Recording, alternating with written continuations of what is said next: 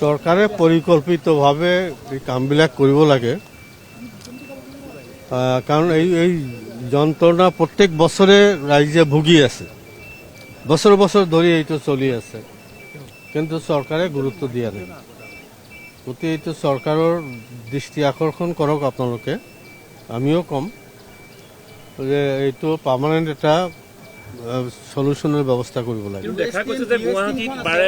বিভিন্ন নতুন নতুন স্থানত বানপানী হ'বলৈ গৈ আছে কেৱল ইউএছটিএমক দোষৰ কৰি থাকিলে হ'ব নে ইয়াৰ মেঘালয়ৰ পৰা যদি পানী নামি আহে ইউএছটিএমৰ পৰা খানাপাৰা হৈ এনেকৈ সোমায়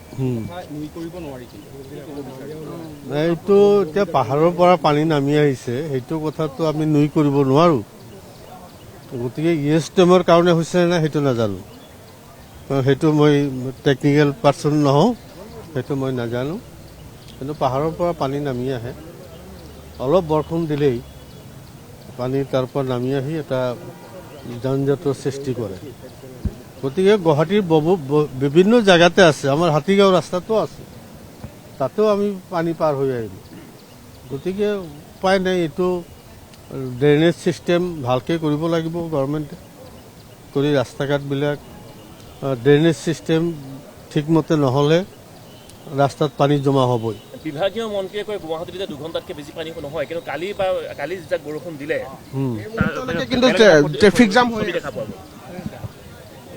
তাকেই অলপ বৰষুণ দিলেই পানী জমা হৈ যায় এইটো ছাফিচিয়েণ্ট বৰষুণো হোৱা নাই তথাপিও অলপ বৰষুণতেই পানী জমা হৈ গৈছে গতিকে এইটো পাৰ্মানেণ্ট এটা চিন্তা চৰকাৰে কৰিব লাগিব অন্যথায় এইটো বছৰে বছৰে এনেকৈ চলি আছে চলি থাকিব